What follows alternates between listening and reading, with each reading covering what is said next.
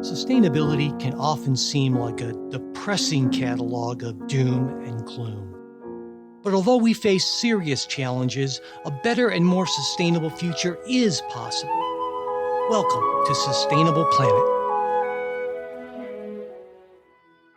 Welcome to this episode of Sustainable Planet. I'm political scientist Kimberly Weir, and my co-host and spouse is political scientist Michael Baranowski. Just how worried are you about climate change? In 2007, Glenn Albrecht introduced the concept of solastalgia in a psychiatry journal article.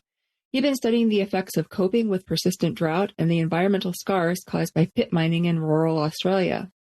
By 2021, a series of events caused a media blitz about these feelings of distress that came to be known as eco-anxiety and climate anxiety. Research from disciplines as diverse as psychology and communications consistently find that more people are increasingly more severely affected by climate change concerns, some to the point of having nightmares. Over the last 2 decades, more people are actively worried, alarmed, or outright terrified about climate change. Still, most people are not eco-anxious, so it seems like climate anxiety is yet another term bandied about in the media just to get clicks. And in the process, people are likely to become more inured to climate change concerns, just as they have with sex and violence and vulgarity. Just turn on the TV to see what's acceptable now that wasn't 20 years ago. Michael K., would you say that you're suffering from climate anxiety? Well, over the years, I have suffered from various forms of anxiety. Climate anxiety, definitely not a big concern for me. I think I'm with most Americans on that, though, as you point out, certainly it's been a bigger thing in the last, decade or so. Well, actually, when I look back over the term over time, there was a little bit of a burst there in the early 70s, which kind of makes sense, sort of environmental movement type of thing around then. So in a way, I almost feel like climate anxiety, we tend to think of anxiety as a negative thing, but in this sense, I think it's more climate awareness. Whenever you increase awareness of a potential issue, there's going to be, I think, more anxiety from people who are generally prone to anxiety, but I don't think it's necessarily such a bad thing. And I think I agree in that this is something I was thinking about it in that same way too, in that obviously a lot of this has to do with the media having more things to get more people's attention. And because of a number of things that happened in 2021, the ICC, the International Panel on Climate Change report came out that announced that estimates of global warming were going to surpass 1.2 degrees centigrade. And that report indicated that in the next decades, that this was going to happen. And yet, I mean, this already has happened. We hit this record in June of 2024. We just talked about this in our last episode. And so we see that happening in 2021. We also see the COP26 climate change conference in Glasgow, when that got a lot of people's attention. So people were already on high alert because of the pandemic. And then you see like, oh my gosh, we feel like the world is boiling and roasting to death, right? You see these reports coming out, and then we start to see people see those things, and they start to see more extreme weather events and pay more attention to like Hurricane Ida and what's going on with these huge wildfires that not just are in California, but they're raging from California to Washington State. So you see these things happening, and then people start responding. And in fact, there was a data, Google provided the data to GRIST, an organization, and they crunched the numbers, and they found that searches for climate anxiety increased 565% in 1 year. And not only that, but searches for what can I do about climate change increased 2,600% after the International Panel on Climate Change report came out. And so I'm with you in that I think that these were things that raised more people's awareness about climate change. And then, of course, just to make people, make it more attractive, people say, oh, we'll call it anxiety, right? Like, oh, now people are anxious about what's going on. Well, of course, people are anxious about what's going on, but are they anxious to the point where this is actually a psychiatric diagnostic disorder that the American Psychiatry Association is going to end up, saying, oh, Michael, you've got climate anxiety because look what's going on in your life, and it must be the weather that's doing it.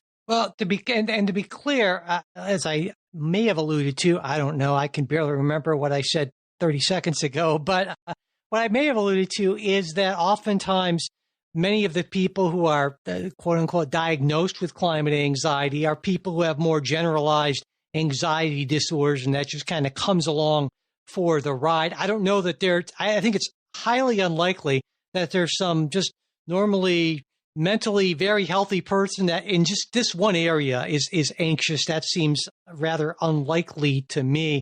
To me, a bigger concern is climate complacency, which I think is far more widespread and a bigger problem. Of the two of us, I'm the one who spends some time on the right, and not that's something that you probably shouldn't do, right? But when I look at the response of many people on the right to climate, I'll see things like, for instance, it is a true fact, as they say, that the Earth is actually cooler now than it's been for most of the last 500 million years. Like a lot cooler, if you take a look at the graph. Or that climate-related deaths are down 98% in the last century. And that's a way for, I think, a lot of people on the right to frame what's going on with the climate, to not only make them not anxious, to make them say they don't have to be concerned about this sort of thing. And I think for a lot of us who are maybe more inclined to be anxious and concerned about the climate, we're most likely to be on the left. I think it's hard for us sometimes to understand how a huge swath of our fellow Americans and citizens, whatever, the world, people we share the planet with, sort of see this sort of thing. And to me, that's a much bigger problem. Well, I think that's interesting because I was reading this study that Yale University did on climate change and climate anxiety. And the study, well, as you said, young American Democrats are about as worried, they found, as their parents and grandparents. But one notable thing about the results showed that young Republicans actually accept that climate change is happening and that it is human caused, and that they are more worried about it, and they're more supportive of government action in ways that their parents and grandparents haven't been. So I think that that's something that, I mean, at least when we talk about what's going on in terms of American politics and the right and the left, that to me makes it seem like, there are more people now who, in the direction that we're moving because of all of the attention that climate is getting, maybe they're starting to actually buy that it's more than just these things that can be dismissed as other spins on what's actually going on. I certainly think that's a positive thing, but when I think about some of the many other issues we've talked about, that I think it's easy for at least some people to say, I am concerned and government should do something. But where the rubber meets the road, government doing something has knock-on effects onto individuals. And at least in the short term, it's going to be very difficult for government to do anything that doesn't increase prices, decrease convenience for regular people. And I think when you get to that point, then all of a sudden, just like we see, I mean, you mentioned it with students who say, yeah, it's awful, these sweatshops that these garments are being made in. But no, I still want to be able to buy $6 T-shirts. And so to me, while it's certainly, I'd rather have people express some concern than no concern, my experience has been that when people say they want government to do something, what they mean is they want the problem to be solved without them having to actually do something. That is so totally true, right? It doesn't matter if you're on the right or the left or the middle or the, I don't know, far wing, whatever wing you're on. I absolutely agree with you in that and that was something always while teaching that I tried to reiterate the connection between the local and the global. And in this case, the local and the national, because governments can't do things without the support of the people if they're democracies.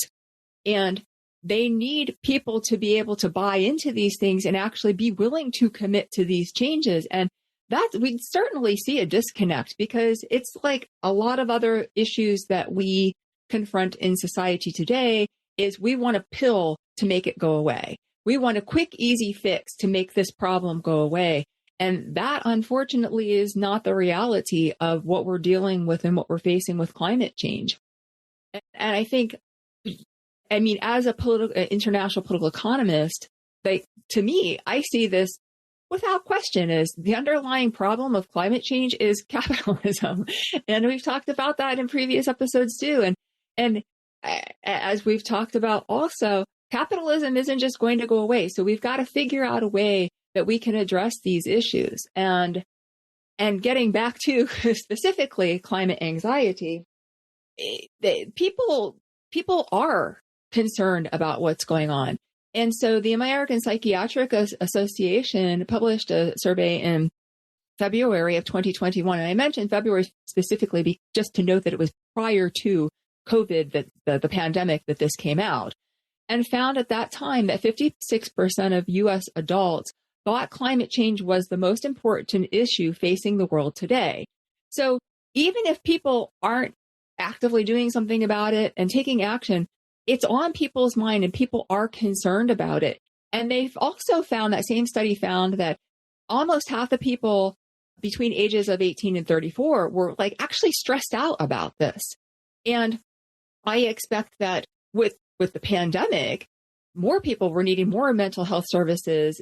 And so clinicians started hearing even more about climate concerns since the pandemic. And we see this coming out in the studies that have since been published. And so when we look at who's most affected by climate change, certainly people in developed countries, we have the luxury to be concerned about this change and don't really do anything about it. Oh, well, the government take care of it. But at the same time, this isn't exactly fair, because we've seen a lot more demonstrations and action and people taking action. And the studies that have been done show that younger people are taking more action, donating more money, actually getting more involved because they're more stressed out. And that these same studies, there have been studies that have also been done that show that instead of being sort of passive, like a passive victim of feeling like a passive victim of what's going on, that actually taking action makes people feel better about the situation. But one thing that I thought was quite interesting is that in developed countries, most of the time we see people who express a concern about climate change start to try to do something about it.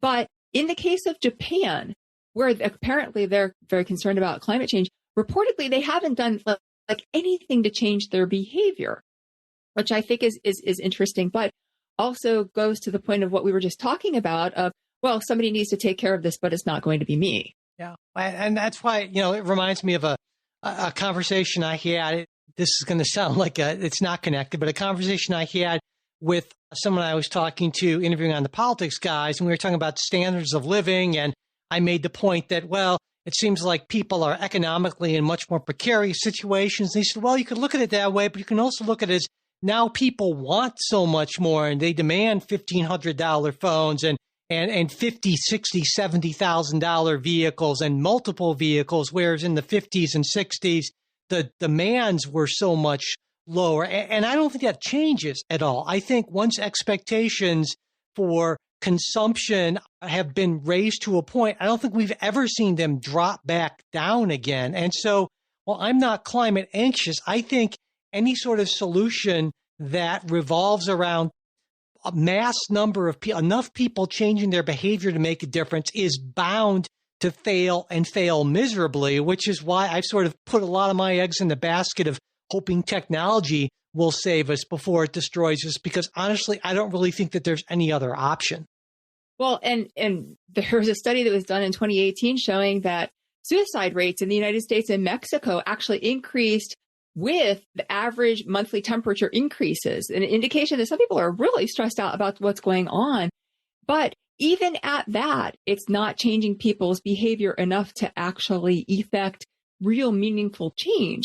And imagine now you're someone who's living in a developed country where you're not only, let's say you're feeling the effects of climate change much more directly and severely. These are people who don't live without air conditioning and live without heat in the winter time, and they don't have the warning systems in place to alert them of hurricanes that are coming through or typhoons or whatever. And they live with the consequences every day in a way that we who are privileged in global north countries don't. And many of them also are unaware of the scientific causes of what's happening around them. There was a study done in 2023 that indicated that there were still around 2 billion people, which is basically a quarter of the world's population, who have never even heard of climate change. And yet they're the ones who are living through the droughts and the flooding and so forth, and don't even understand what's going on. But another study noted that more privileged people in a number of emerging economies who are aware of the problem, again, don't bother to make those easy changes. The Middle East is sort of notorious for this. There's a lot of food waste. There's a lot of, sort of excess burning of fossil fuels to cool people's houses so they can continue living in the deserts very comfortably. And while they're concerned about climate change, they're not doing anything about it. But younger people, it seems, again, like back to this, that younger people in developing countries that are emerging economies are maybe where our hope lies, because they're not the people who have gotten that standard, achieved that standard of living that you were just describing, of having the $70,000 car or the $1,500 cell phone. These are people who haven't quite gotten to that point yet, right? So they've gotten a taste of, oh, I've got a motorbike now instead of a bicycle.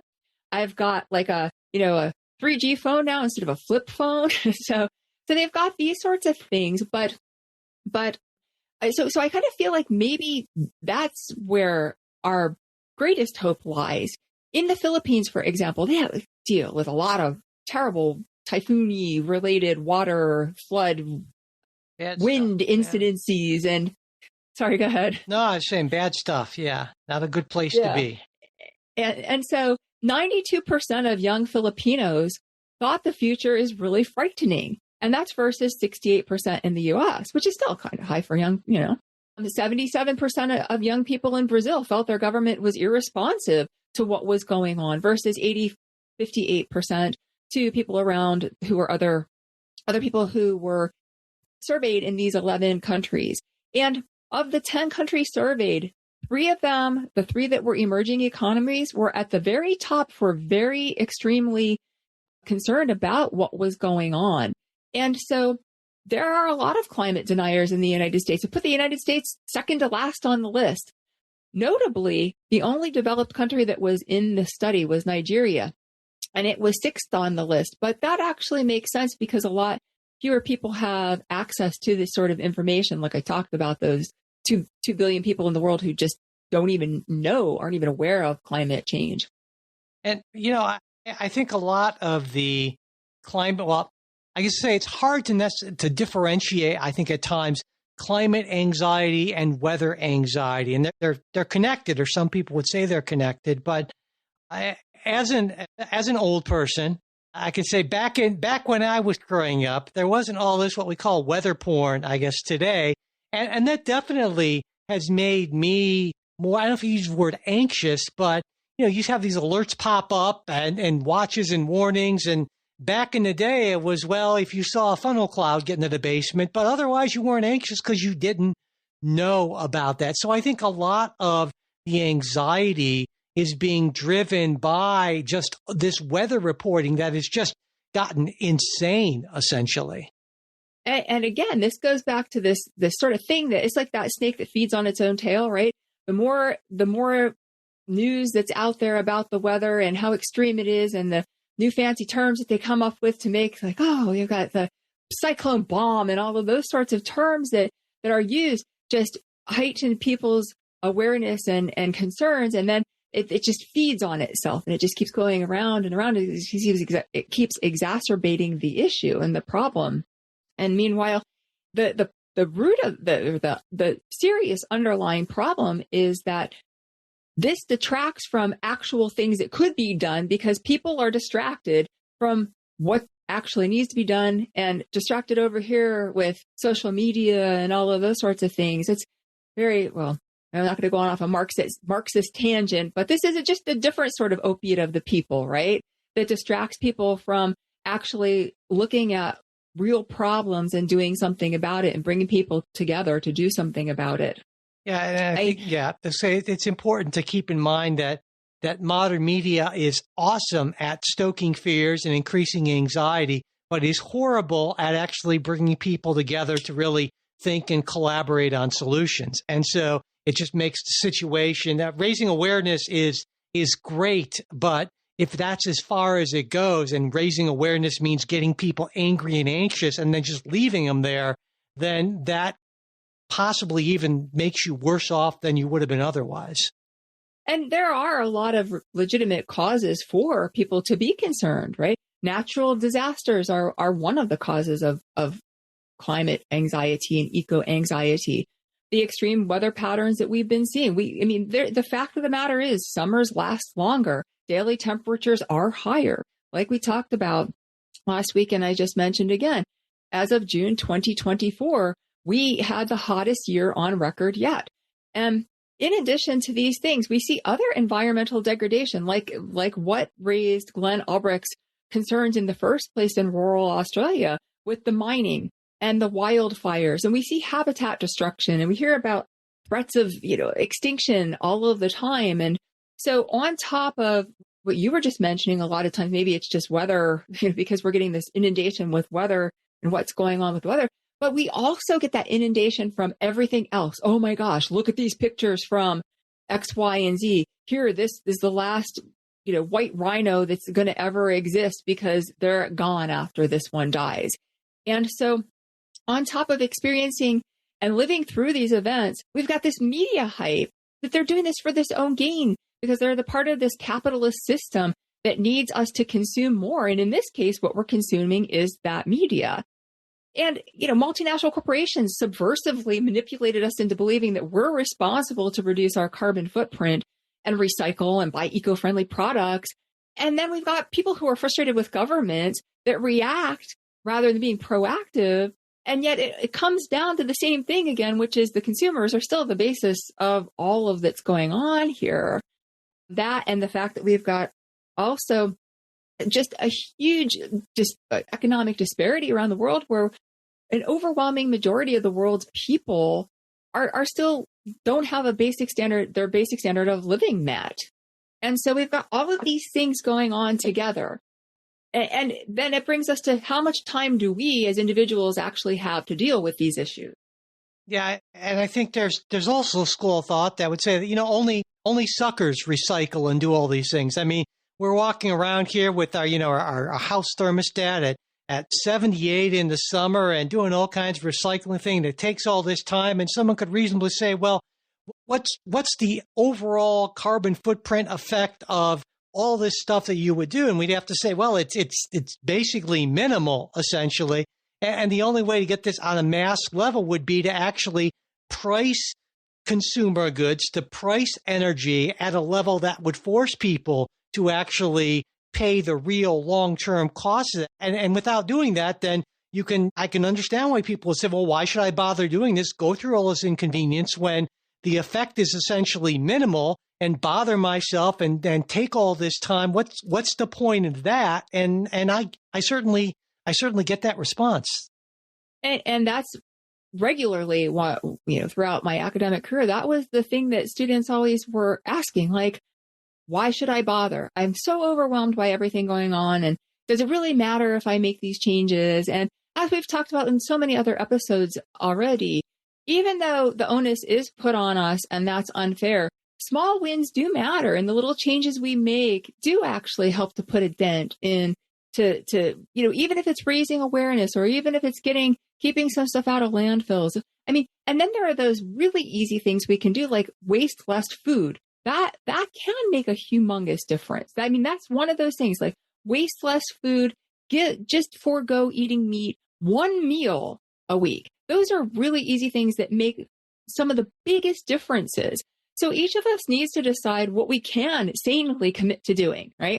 But also to consider that, what our climate shadow aspect is, we talked about in episode 5, the climate shadow of the need to take action and not just be sort of behind the scenes screen clicker of, oh yeah, I'm all for this thing, but actually get involved and give economic support to try to get that critical mass movement going, to get governments in a position where they can actually respond. Yeah, and I would actually think it would be a bad thing if someone who's, say, suffering from, a lot of times people suffer from anxiety. That's a sense of a lack of control. They can't do anything about a situation.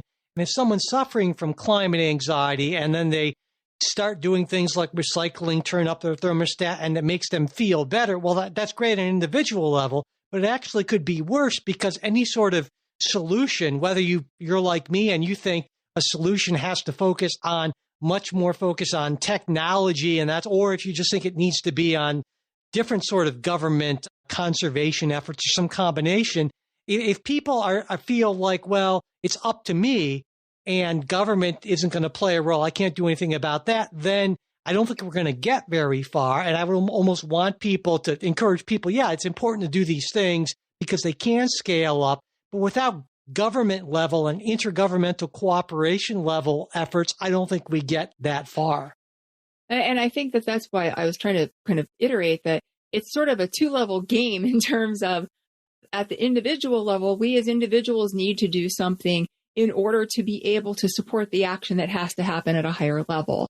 And I disagree with you. I think that the small things that we can do that make us feel like we're trying to do something are things that are, because then we're not just feeling like we're not doing anything and we're just passively standing by and letting this just happen and we have no control or say of what's going on, that this encourages us to continue to do more. And so we start with that low-hanging fruit, and then we go a little higher on the tree, and then we go a little higher on the tree. And then we're affecting more people by our actions, by what we're doing. And then more people, that's the whole point of right? What we're talking about here with sustainability issues is that trying to get the message out to people that we need to be more aware about these things. And we can't just say, oh, yes, well, I'll continue to have the lifestyle that I had. And that's just the way, and other things, factors will come in and take care of it. And that will be that.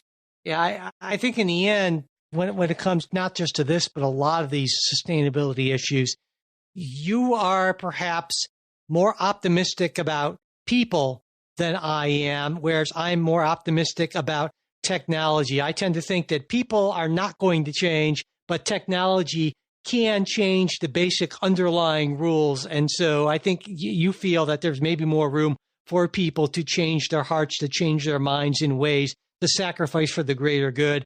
I wish I believed that. So, but the studies are actually showing that more younger people are actively getting involved and are in fact also making donations to this effect. And this isn't just happening here. This is happening halfway across the globe. There were 2 Chinese professors who published a study in November 2023, and they found that young people in China are very concerned about climate change, and they're responding with increased involvement in organizations and giving more money to local environmental groups. So I think that there's actually evidence to support in part what I'm saying, which is there are people who are acting, and more people acting is going to help more people act. And that's going to then give governments the platform, that foundational platform they need to be able to move. I mean, we've seen this happen in the European Union too, right? The European Union is like leagues ahead of so many other countries because they've had people who have been more active and demonstrating more and taking those hits more in a way that they're willing to give to get more in return with and that's not to say we haven't seen resistance, because there have been protests as well, right? Especially farmer protests in France are always what pops to my mind. And it's not just France, right? Farmers in Spain and in Italy and so forth that are saying, hey, we're getting the shaft here because we're supposed to have all of these ambitious climate change goals, and then you're just going to leave us in the dust. Like, that's not fair. But that's part of the sort of progress ahead that we need to make. We have to make some changes, and we also have to make sure that people aren't left in the dust in the process. So there have to be concessions to those people so that they're not suddenly, living in poverty because their livelihood has been taken away from them.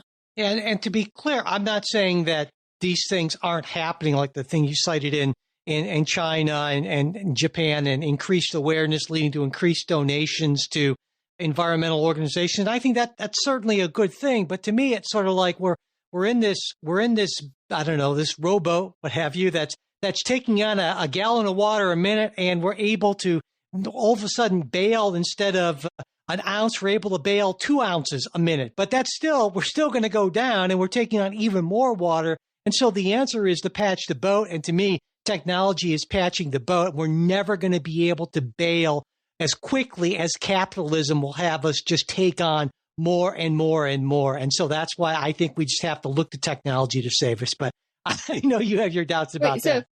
So are you suggesting that we shouldn't do anything? No. I'm saying that, hey, if we're taking on more water, we should bail as much as we can. But if we expect that's going to save us, I think we're in for a rude awakening. So what you're saying is that, so I guess it's actually a good encapsulation of what we've been talking about, which is that we do as much as we can individually that allows us to remain sane in the process. And yet at the same time, that's not going to be, there's got to be a lot more that happens. And so for you, it's technology as opposed to government that's actually going to be that thing that's out there that's going to give us what we actually need to not just bail ounces, but actually, have some machine that completely repairs the boat while it's out in sea in the middle of a storm and makes all the repairs. Yeah, except I would argue that a big part of that technological innovation has to involve government, because without government support on a massive scale, much more than what we're doing, it's going to be really difficult for this to happen all on its own. So I definitely see it as a governmental solution, a private public sort of thing, but it's going to take a lot of government and a lot of private enterprise working together, I think, because if we expect to sort of curb capitalism to fix this in any meaningful way, it's not going to help. I think we need to use capitalism to fix this. Well, and I think, so this is the paradox, right? Exactly. The paradox is that individuals need to support governments in order for governments to make change and effect change, and to have the right support that goes to corporations, and the research and development needs to happen to be able to develop the technology. But that goes back to the beginning, that is dependent on individuals to support those governments. You see, we're back in that sort of that trap. And that's why I had very early on in the podcast interviewed Akshat Rathi, who wrote Climate Capitalism. And we were talking about, in his book, he talked about, in the interview, talked about how he is very hopeful. And a lot of the authors who I've interviewed are very hopeful. And when I interviewed the authors of Proximity, Rob Wolcott and Kayan Krippendorf, also very optimistic about what technology has to offer for us. And with Akshat Rathi, he talked a lot about what governments have been doing to support that the technological developments that will give us what we actually need to try to help us reduce overall climate change and keep us from reaching 2 degrees instead of, we've already surpassed the 1.5. And so I seem to have shut you up, which is rare. So it seems like we're at, once again, this conundrum of, we have so many, and this is where I think this is my strength as someone who's very contextual, and my field being international relations, that I see a lot of these moving parts. And what we need to do is have one of those Chinese puzzles where we get those moving parts in the right places, and we're moving with that only one hole that we can work with the whole time as we're rearranging these parts, and try to get them in some sort of semblance of an order to make a picture that actually puts us in the direction, lines up some policies that we need to on the international level and the national level, and to get us going in the right direction. Yeah, I guess to me, I don't disagree with that, but to me, it's in a way simpler in that I think that we only have one option, one real option, one viable option. I'm not saying it's going to work. I'm optimistic about technology in one sense, but I also think there's a reasonable chance that it destroys us too. But I think no matter whether it's going to save us or destroy us or just change us in ways we can't even imagine, I think technology and capitalism, they go together super well. They're unstoppable. What the hell is that? Unstoppable, inevitable, and We just kind of have to hang on for the ride and try to steer it as best we can. So it sounds like it's kind of a win-win either way with your outcome, right? Well, no, win-win, or we just, like I said, it wouldn't surprise me if I guess I should say problem solved either way, right? Well, yeah, problem solved, or just we're all destroyed. So yeah, in that sense, it wouldn't. That's what I mean. Yeah, problem solved. Yeah, there you go. Way. Yeah, there you go. Yeah. If you enjoyed this episode of Sustainable Planet, or even if you didn't, let us know. You can reach us by email at mail@splanetpod.com. We're on Facebook, Instagram, X, LinkedIn, and YouTube. You'll find our show notes on our website, splanetpod.com, along with additional resources from today's episode. And you can read more on my Substack post. We'd really appreciate it if you'd rate and review Sustainable Planet on your podcast app. It only takes a minute and it really help us out. Thanks for listening and have a sustainable day.